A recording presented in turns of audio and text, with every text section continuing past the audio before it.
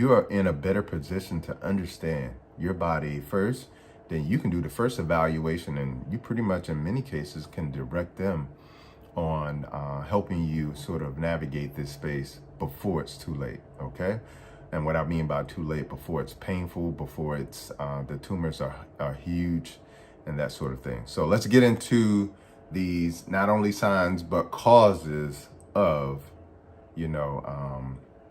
fibroids. Okay, so number one, early menses. Okay, when you get your period super early, and what I mean by early, like I'm starting to see young girls who are 9 years old getting a period.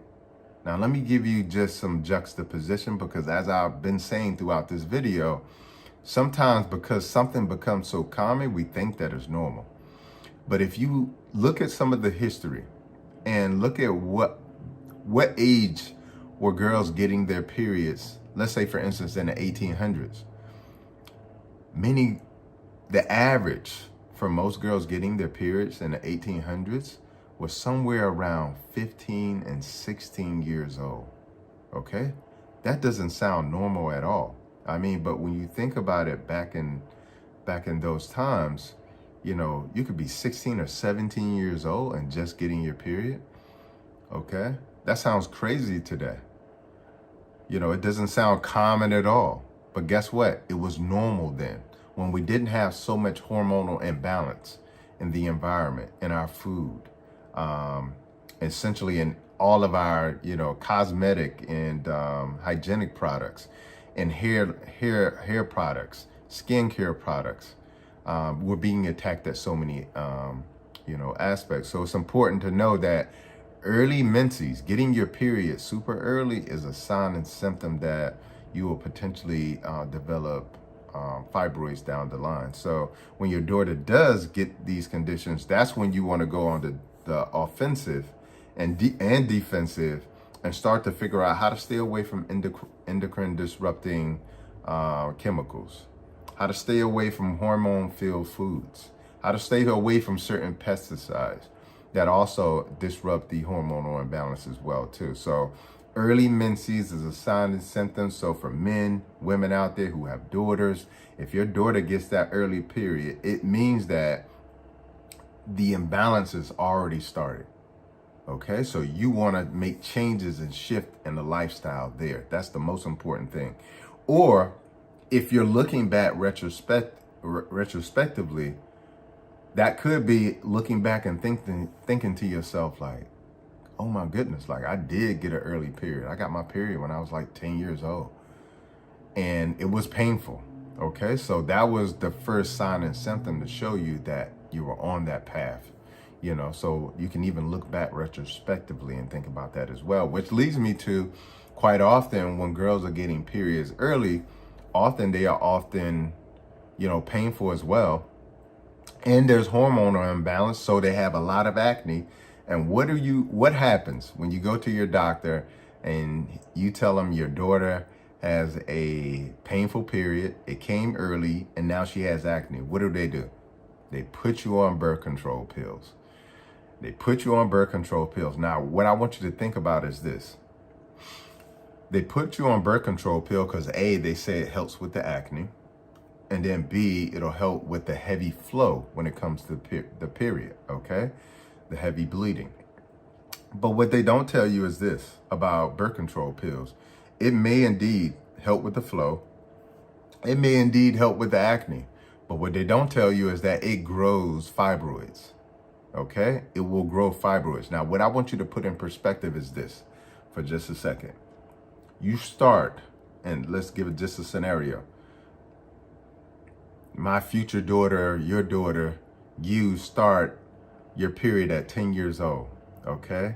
By 11, you start taking birth control to get rid of this acne and to get rid of the painful periods that are keeping you out of school, that are keeping you from being able to function like a young lady, all right? So you start that at 11 years old, all right? You continue to take that throughout high school, okay? You continue to take that in college, and then you continue to take that as an adult. I have seen women who have been on birth control for over 20 years, and it became so common and normal because the doctor gave it to him so early in life, and they got so used to taking that pill. What they didn't understand was, yes, it potentially reduced the bleeding as a result of the already imbalance that was already there. It had already started. Okay, so it can reduce the flow. It can reduce the acne, but that whole time it has been growing that tumor bigger and bigger and bigger. Okay, and the reason why that happens is, and this is the important part, you have to understand that our bodies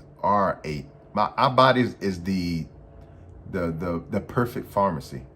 Although the pharmaceuticals that are created outside of our bodies create that inside of itself too. So our bodies create its own estrogen. It creates its own progesterone. Okay. And now you're adding a synthetic version of it to your body. Okay. Now, initially, when they came out with birth control in the late 50s and then moving into the 60s and 70s where it became popular, initially when they created birth control, they used a natural product, natural remedy called wild yam. Okay. And the unfortunate thing is they moved away from that because that isn't profitable. You know, when you make a synthetic version of something, you can patent it. And when you can patent anything, you can make millions off of it. Whereas when you can take a natural form of something, first of all, any herbalist can do that. So you can just go down the street to your herbalist. And second of all, the unfortunate thing is that there's going to be limitations with producing the crop as well too. Whereas when you make a synthetic version that is man-made, you can multiply and reproduce that. But the unfortunate thing is real recognizes real. And so although they're creating these synthetic versions of estrogen primarily and progesterone, i.e. birth control, with your body, you have to understand that your body already has a symphony. And that symphony was disrupted by lifestyle that included stress, that included nutrition, that included household and cosmetic and hygienic products and other things, even trauma as well too.